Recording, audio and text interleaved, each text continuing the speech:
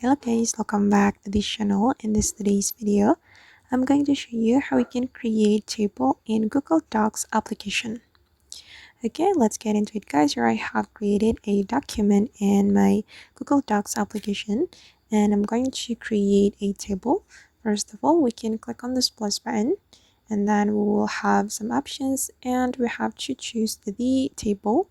Since we want to create a table, just click on the table option and here you can choose how many columns and how many rows you want to add to your table. And for example, I'm going to add maybe 4 columns like this, and for the row I'm just going to add 5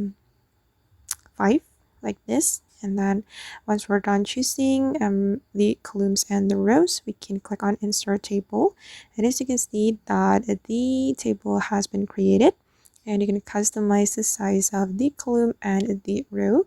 For example, I'm going to make the column smaller like this.